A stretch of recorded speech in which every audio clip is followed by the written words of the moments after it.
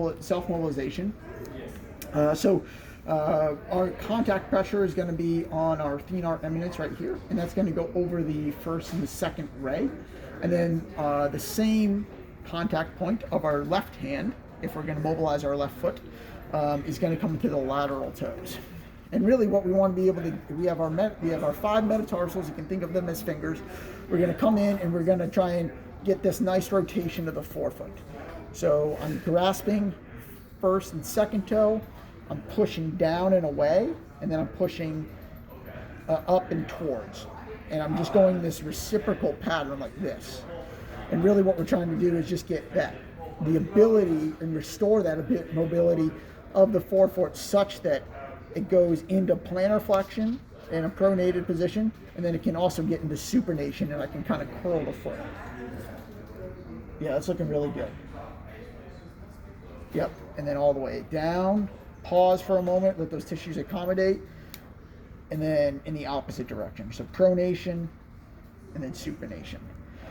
Obviously it takes a little bit of flexibility to be able to get your hands on your foot in the first place.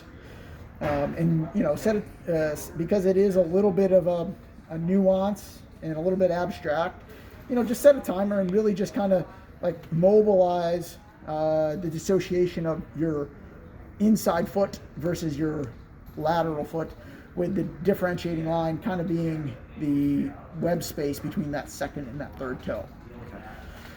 Additionally, we need to mobilize the calcaneus or the heel bone.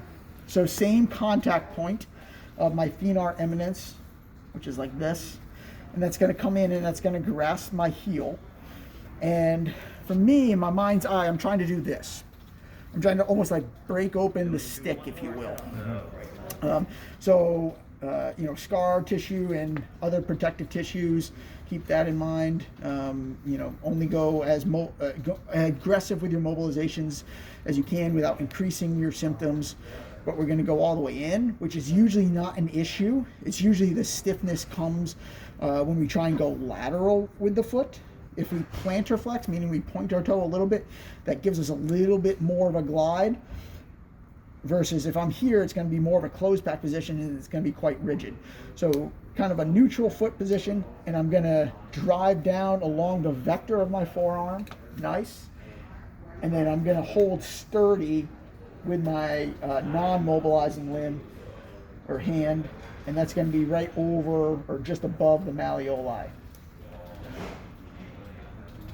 And again, coming off injury, we can have a lot of stiffness here, and you may even self-question again whether we're getting much movement. But lo and behold, just like brushing your teeth or flossing your teeth, a little bit of mobility day in and day out will go a long way.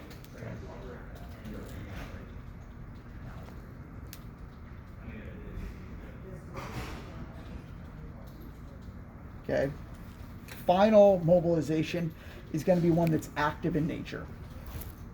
So same concept, I'm going to graft here, I'm going to come up into this position, and I'm going to hold strong as I actively drive my pinky toe down towards the ground. So it's going to come up like this, and then I'm going to start to fight myself when my foot tries to go down and out towards the ground, but I'm going to hold firm with my, in this case, my right hand as I try and work towards that.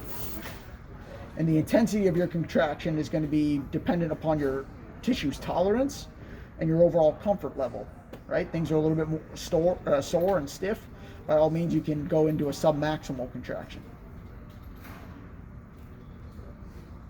Good, and I'm seeing a lot of pressure on the thumb.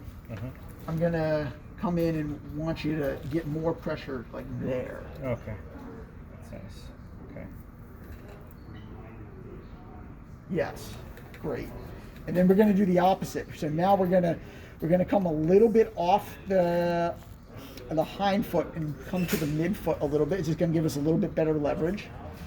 And then we're gonna push. Now we're pushing down like this, and then we're gonna try and come up with our foot. Nice. That's a pretty good mirror image, and we sustain that pressure for at least 30 seconds.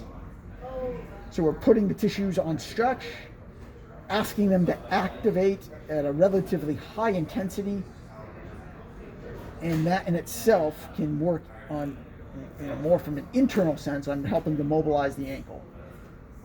And we sustain that for 30 seconds, as I mentioned. We gently ease off.